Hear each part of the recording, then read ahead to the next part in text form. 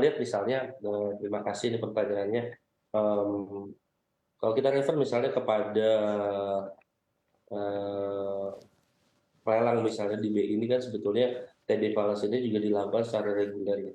Di 6 Januari, 2 dan 6 Januari, memang, kita melihat lelangnya ini yang menarik memang di 2 minggu, di mana sudah masuk start $455 juta. Jadi kalau dilihat nanti apabila ada special rate lagi yang spesifik, menarget kepada SDA, saya rasa ini menjadi salah satu instrumen untuk meningkatkan likuiditas di, nasional. Walaupun memang sifatnya adalah pengendalinya tetap di Bank Indonesia. Nah, ini mungkin yang perlu dilihat lagi tadi saya sampaikan juga dan mungkin tadi Pak Bagja juga sempat menyentuh bahwa, perbankan juga sepertinya perlu juga untuk membuat, atau meng-attract, dana-dana US dollar itu, dengan memberikan imbas yang cukup kompetitif. Karena sekarang kalau kita lihat reference rate di US dollar, di Singapura sekarang rate-nya kan sekitar 3 sampai 4%. Memang, Bank Indonesia ini mentarget, spesifik kepada, tadi, hasil dari surplus, bukan dari, apa namanya, kebutuhan misalnya untuk transaksi atau pemenuhan kewajiban-kewajiban, para, pengusaha, apa namanya, komoditas SDA itu sendiri. Tapi nilai tambah yang dihasilkan itu diharapkan untuk kembali ke tanah air. Apakah ini sudah efektif? Saya rasa, akan perlu tetap, dukungan, pelaku pasar untuk bagaimana bisa juga menawarkan, secara market mechanism, apa ya, rate yang lebih lebih menarik itu sendiri.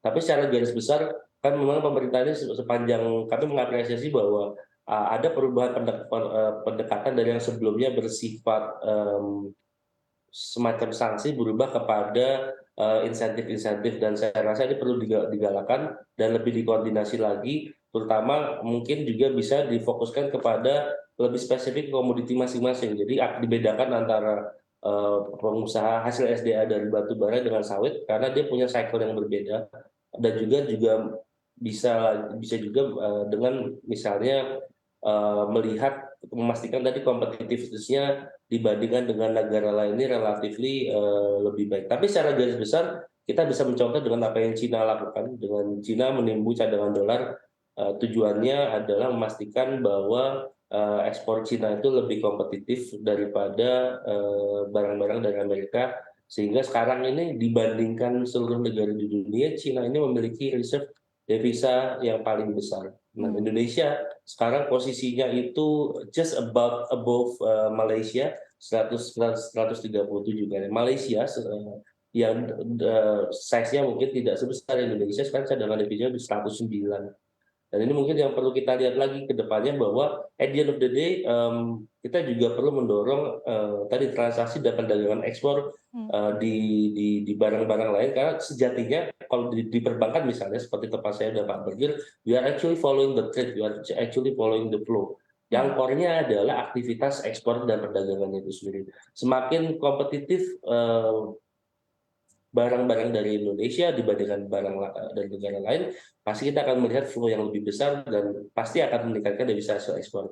Memang ini perlu tadi apa, kerjasama dari financial sector dengan real sector untuk memastikan tadi bahwa kita, memiliki cukup, apa ya, competitive advantage yang baik untuk Oke. memastikan ekspor ini turun tidak hanya dari komoditi termasuk juga hasil olahan lainnya. Oke, baik. Ini poin yang bisa saya highlight tadi adalah terkait dengan competitive advantage sendiri begitu ya. Karena kalau kita berbicara terkait dengan tadi ya pengelolaan devisa, tentu ada prinsip-prinsip yang menjadi, prinsip utama di antaranya keamanan, likuiditas, dan juga profitability. Nah, kalau kita berbicara dari profitability terlebih dahulu begitu Pak Birger, tadi seperti yang disampaikan bahwa dari Bank Indonesia sendiri juga sudah mulai memberikan tadi ya, sejumlah insentif ataupun juga instrumen begitu untuk tadi menarik, DHE ini yang saat ini terparkir di luar negeri masuk ke dalam negeri. Menurut Anda sendiri seberapa efektif, hal ini, bisa meningkatkan tadi dari sisi profitability dan juga dari aspek lainnya nih ya, dari aspek, prinsip-prinsip keamanan, likuiditas di dalam negeri apakah memang sudah, ekosistemnya sudah cukup baik begitu untuk DHE ini segera masuk ke dalam negeri?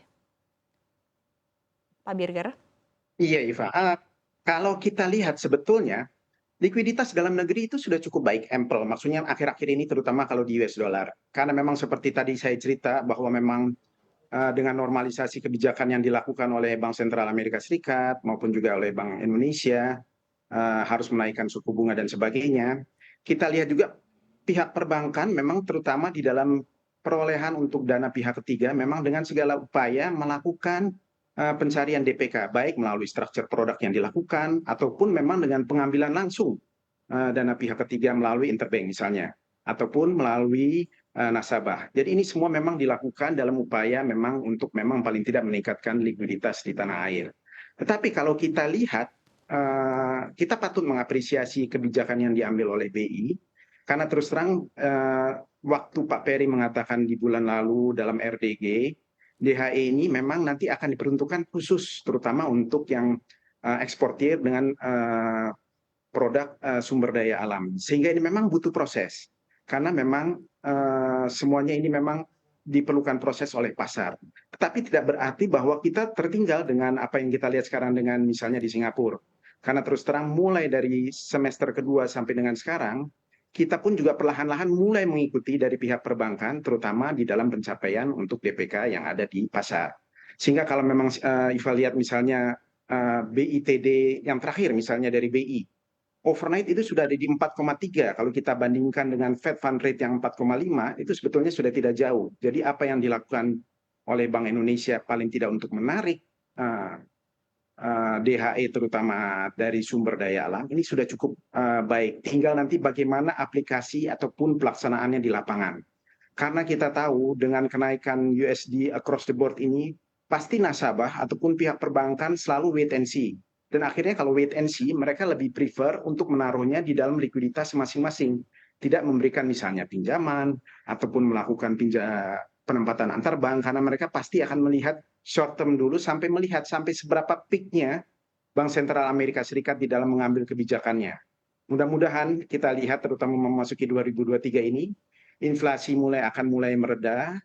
Kita juga masih akan menantikan dua data penting di minggu ini, yaitu data inflasi Amerika Serikat dan juga Cina.